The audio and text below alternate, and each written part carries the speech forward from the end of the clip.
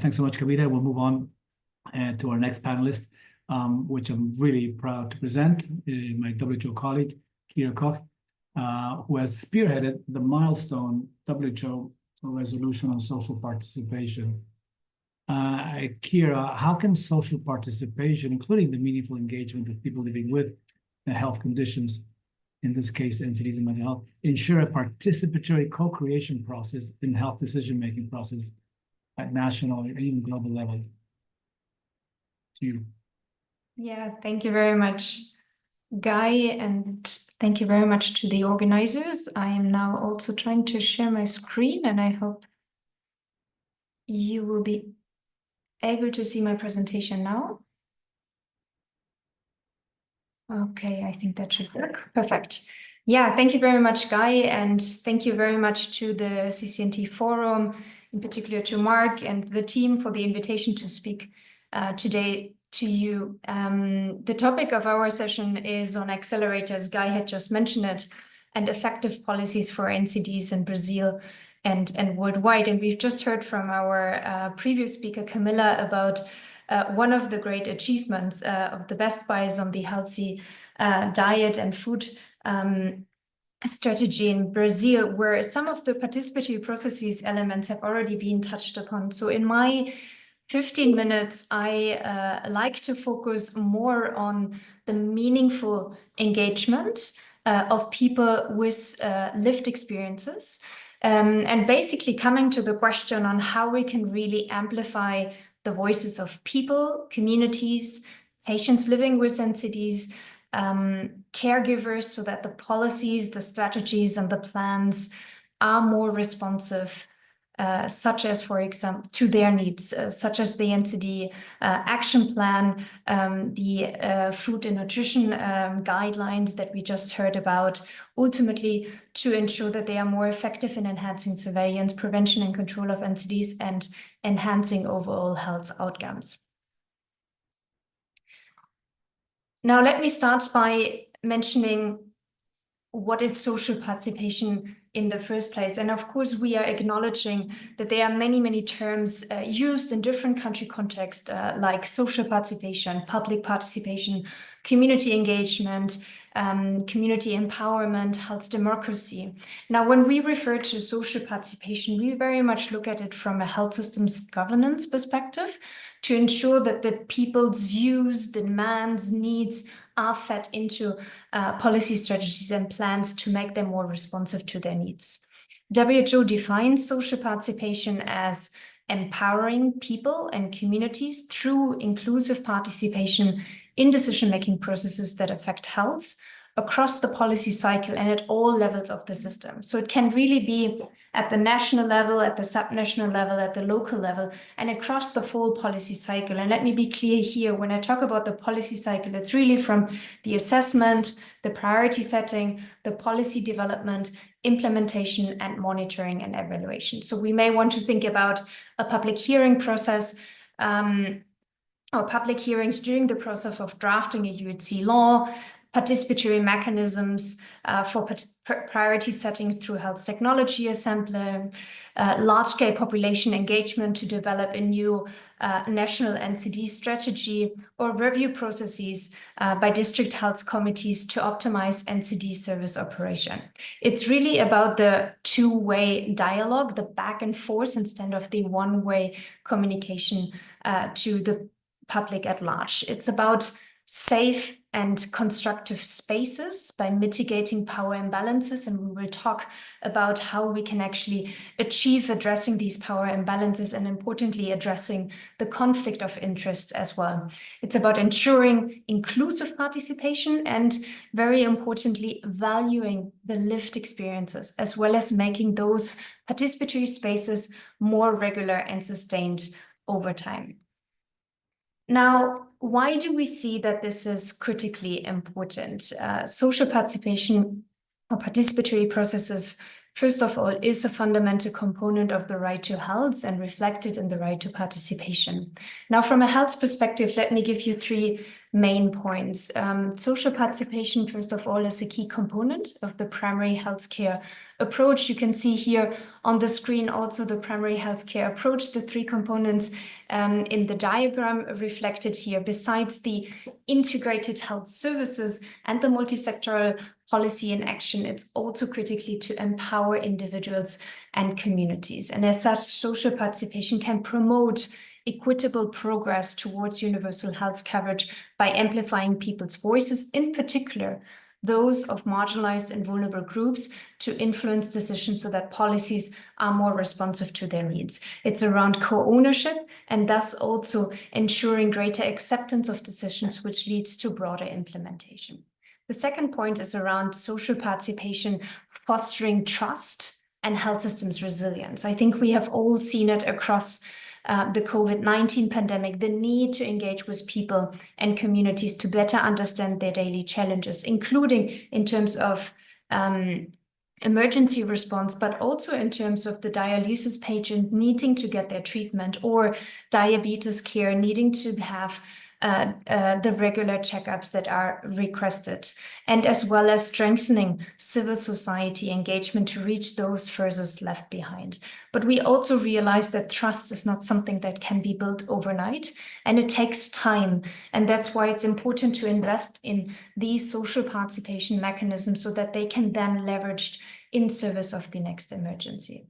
And lastly, importantly as well, is that social participation advances key principles of health systems accountability and increases transparency, and it allows for policy adaptation through feedback triggered by different and regular engagement modalities.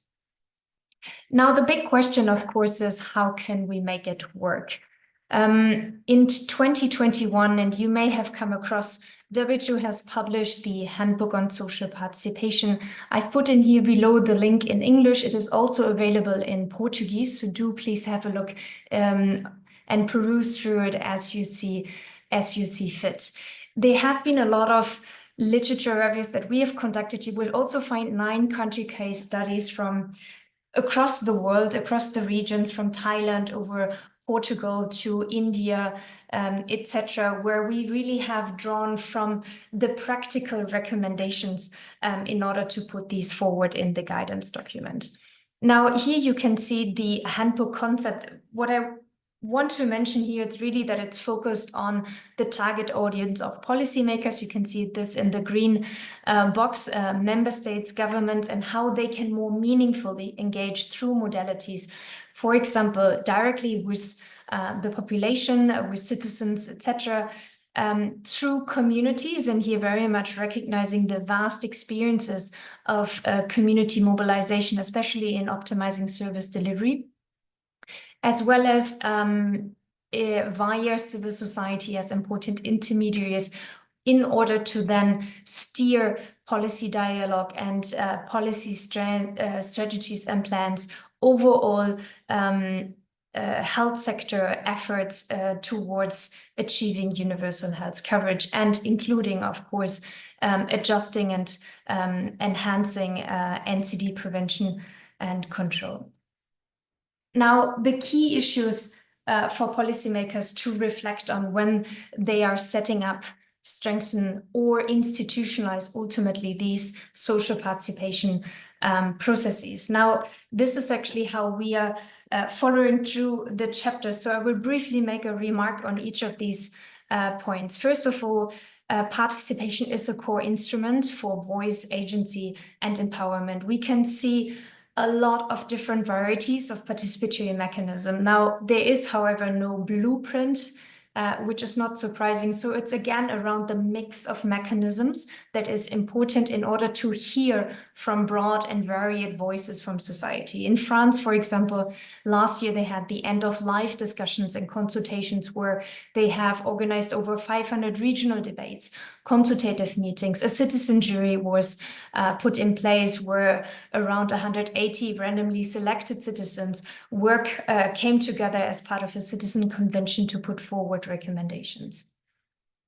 The second point is to reflect on how to enable an enabling environment for participation. And ultimately here we come down to the topic and the issue around power dynamics, because we know that power dynamics are ingrained in the country's political, social, and economic landscape, and they create unequal conditions for participation as they pose structural barriers to participation, mostly for those who have less voice and influence, while inadvertently they increase access to decision-making structures for already those who enjoy a larger portion of influence and power. So meaningful participation is really brought about by evening out the playing field as much as possible. And what we mean by that is counterbalancing the inherent and ingrained power imbalances that exist in every society for purpose of that participatory space. So we need to think through about acknowledging in the first place that they exist, but also how we can address them,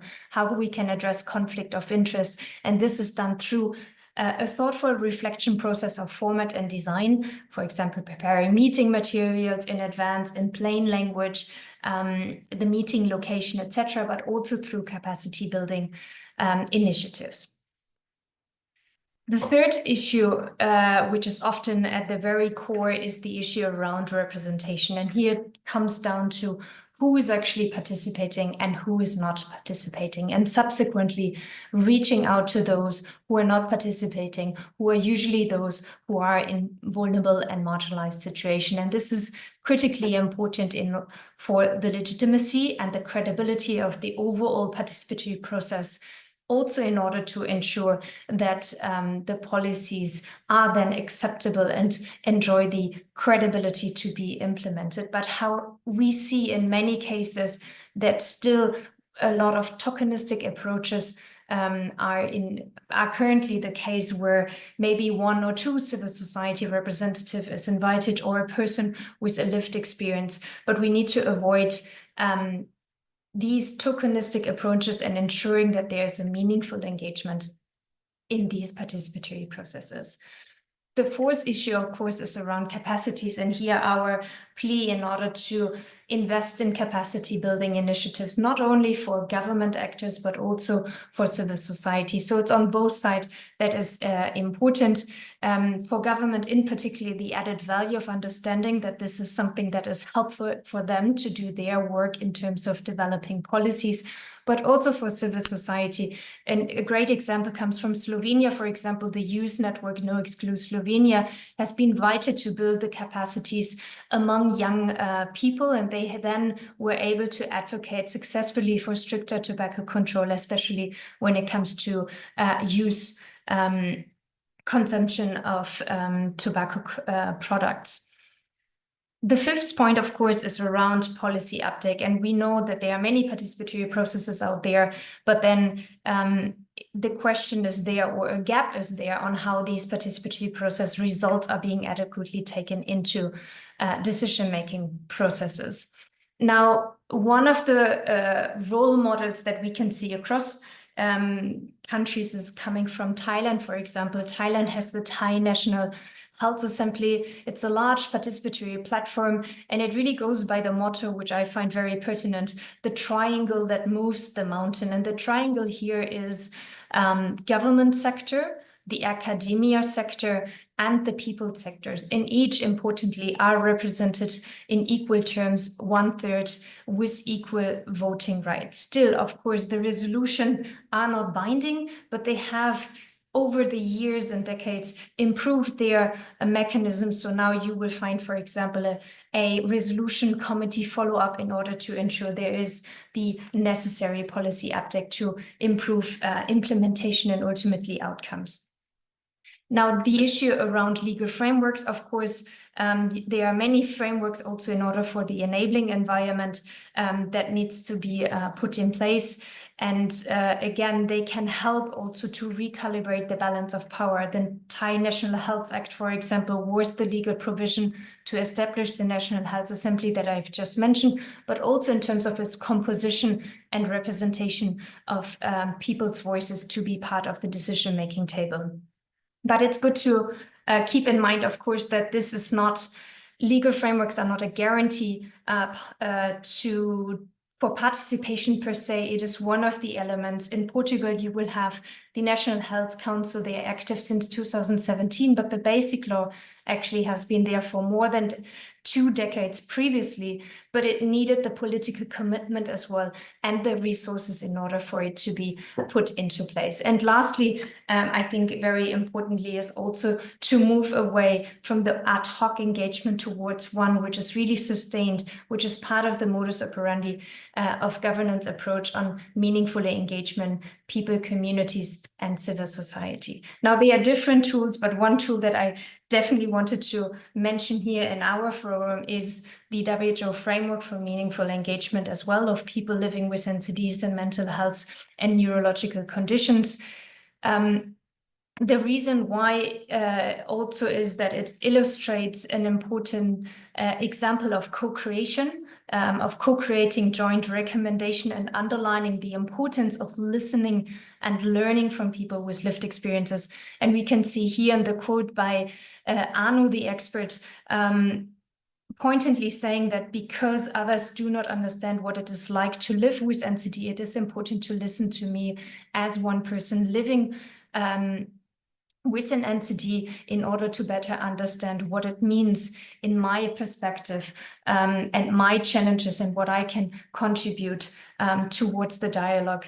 And I think importantly, doing so along the principle of dignity, respect, power, equity, inclusivity, etc. So it's important to understand and acknowledge this this evidence in addition to the other resources and evidence that is existing.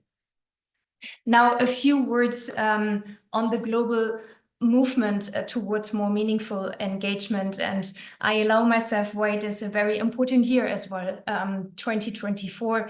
Some of you may know, Guy, you had just alluded towards it, this May in the World Health Assembly, all WHO member states have adopted the resolution on social participation. So it's a key milestone for us, for all of us, in order to now use the political commitment to drive progress in countries. And it has been, and I won't go into details, a long process building up towards the adoption of the resolution, with many consultations, with many actors having been involved and advocating at the different levels in order to drive change. What I wanted to mention was the core group of member states that supported the resolution on social participation. It was led by Slovenia and Thailand, but the core group also included Brazil, France, Norway, and Tunisia. And in terms of Brazil, you will know this better. A lot of the experience, of course, in your country has been put towards the table, social participation being entrenched in the constitution, large experiences of participatory processes, including the National Health Council, who was also part of influencing the discussions and consultations that went into the resolution text. And in my last 2 slides, I briefly just wanted to mention what is actually being put forward in the resolution text, and which reflects the commitment by member states in this important area. First of all, member states have committed to strengthen public sector capacities. Secondly, enabling equitable, diverse, and inclusive participation, with particular focus on the voices of those in vulnerable and marginalized situations. Thirdly, it's about influencing transparent decision-making, striving to ensure that social participation influences transparent decision-making, force on the implementation, but also on the sustaining regular and transparent social participation, backed by legal frameworks. Fifth, the allocation of adequate and sustainable public sector resources, both in terms of human and financial. Sixth, facilitating capacity strengthening for civil society. And lastly, the support of related research, in particular also on monitoring and evaluation.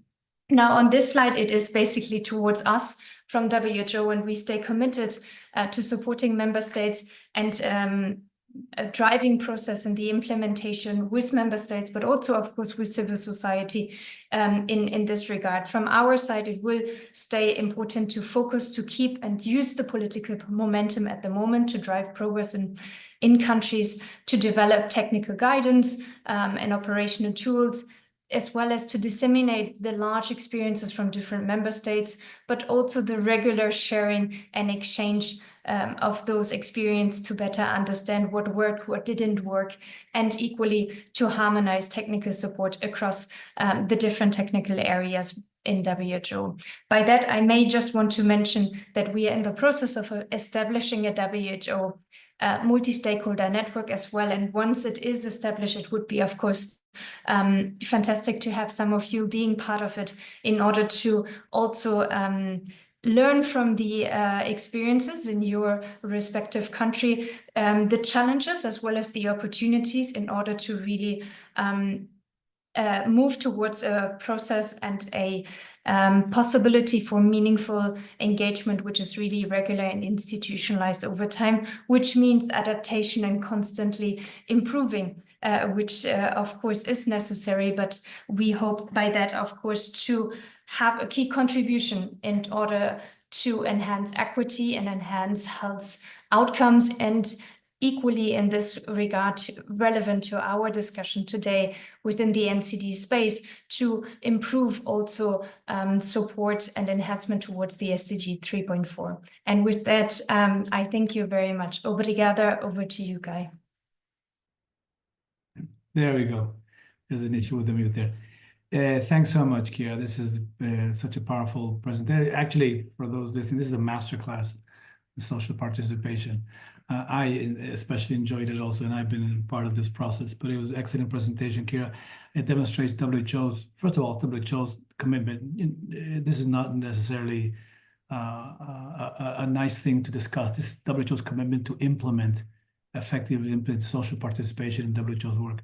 And supporting member states do the same. It's a very powerful message because ultimately WHO is really what WHO is really saying is that we will not, it's not that we may not, we will not deliver effective, contextual, sustainable policies on the ground if we do not shape them by the experience of those communities and people, individuals, and those with lived experience of NCDs, of multiple diseases, in this case, NCDs. So it is really the recognition of the value of experience of navigating health systems in whatever health condition, or in addition to other intersectional experiences.